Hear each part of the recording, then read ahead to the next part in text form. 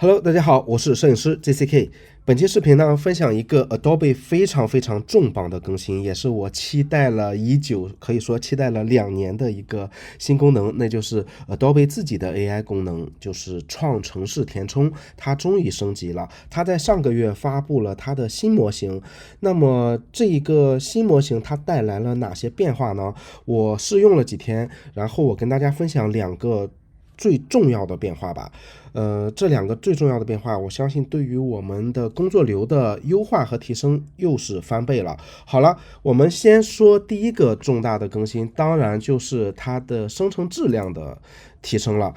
大家可以看到这里，这张是我拍摄的原图，这个是我在佛山街头拍的，手机拍的。大家可以看到这张图分辨率还是很高的，虽然有一些噪点，但不影响它的细节都非常的清晰。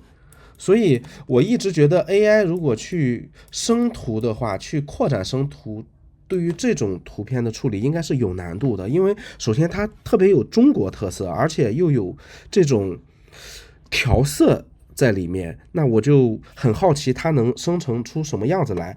那大家先看一下老版的填充后的效果吧。这个老版是怎么去看的？就是我们之前点击创程式填充，是不是在这里的模型都是这个 Firefly Image 3？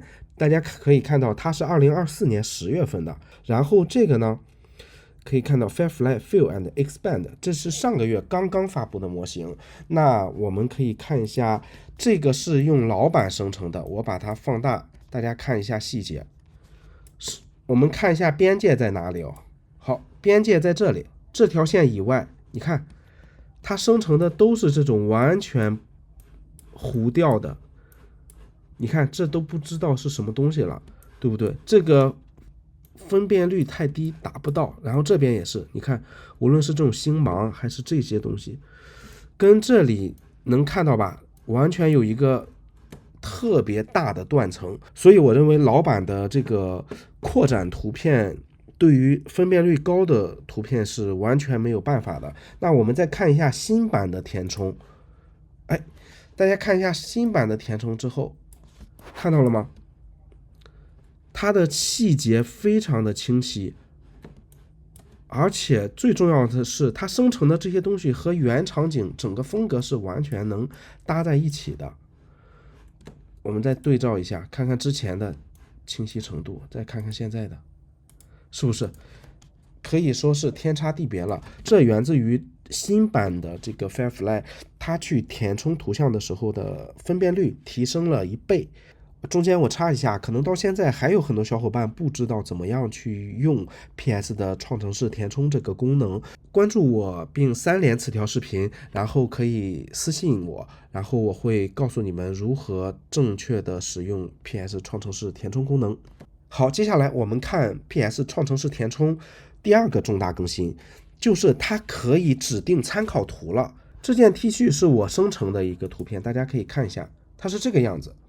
然后我还专门在上面印上了我的工作室的一个名字，我们以此测验一下这个生成的时候它的无论是字母呀还是透视呀，可不可以很好的这个附着在新的图片上。那看一下原图是什么样子，它非常完美的就转移到了新的这个图片上。同理呢，你看这个也是一样的，它可以把我们的这个 T 恤可以很轻松的转移到模特身上了，看到了吗？如果你说这个颜色好像不太对，我们还可以在上面给它建一个什么调整层，你可以用曲线，是不是可以随意的调整？好，那我们说一下这个是怎么做的吧。这张图片呢，我们正常做的时候呢，就是用这个工具，看到了吗？对象选择工具，我们直接把衣服选出来即可。好，选出来之后呢，一定要检查一下选区。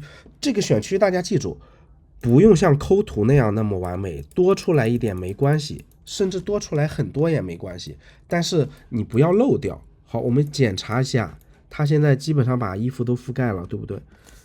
你看这里如果没有的话，你也可以把这里再弄过来。好，我们现在有了这个选区呢，我们就可以给它去填充了。点击创程式填充，在这里大家看到了吗？有一个图线参考。好，这里就可以上传我们的图像了。我们先上传，这里我跟大家讲第一个重要的点啊，就是你的图片一定是要抠成 PNG 的，因为这样它的效果才会好。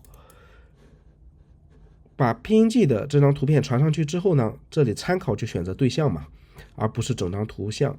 然后这里它异图，这两个是什么意思呢？一个是交换选定区域，一个是置入选定区域。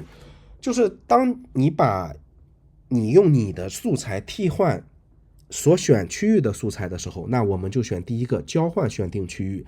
当你想把你的素材植入到另一个场景或合成到另一个场景的时候，那么你就选植入选定的区域。好，我们现在就默认的这一点就行了，点击关闭就可以，点击生成。好，看到了吗？它已经非常完美的把图片合成进来了。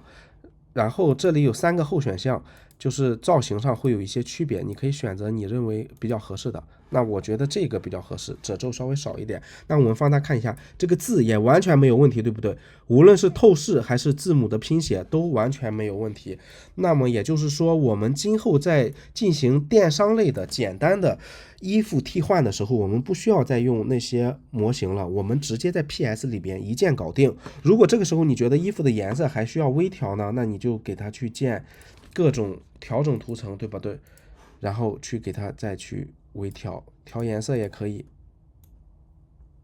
这里我就不细讲了。接下来我们这个例子呢，我去演示一下刚才我们这里没有讲到的一个，就是置入选定的区域。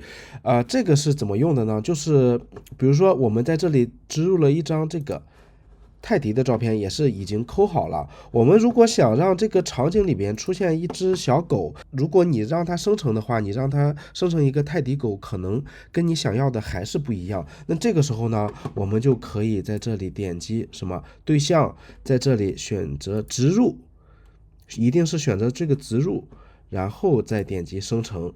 那么它最后生成的效果，大家可以看一下，是不是一个泰迪狗狗？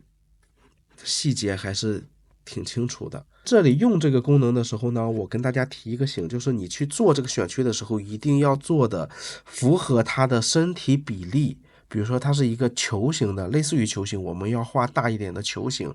反面例子呢，就是你看我做了一个特别扁长的这么一个效果，那么看一下它生成的效果，这个也很搞笑啊，因为它的比例可能不对，那他就把它干脆做成了一个晒暖睡懒觉的狗狗。